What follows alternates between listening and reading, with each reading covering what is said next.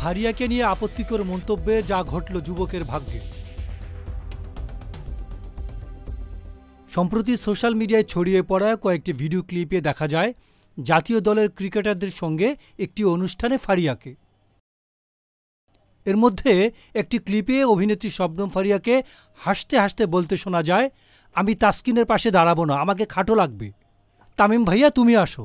শবনম ফারিয়ার সে ভিডিওর কমেন্ট বক্সে আপত্তিকর মন্তব্য করেন সাজিদ ফাউন্ডেশনের কর্মী রাকিবুল হাসান। আর এই আপত্তিকর মন্তব্যের অভিযোগ প্রমাণিত হয় রাকিবুল হাসানকে করা হলো চাকরিচ্যুত।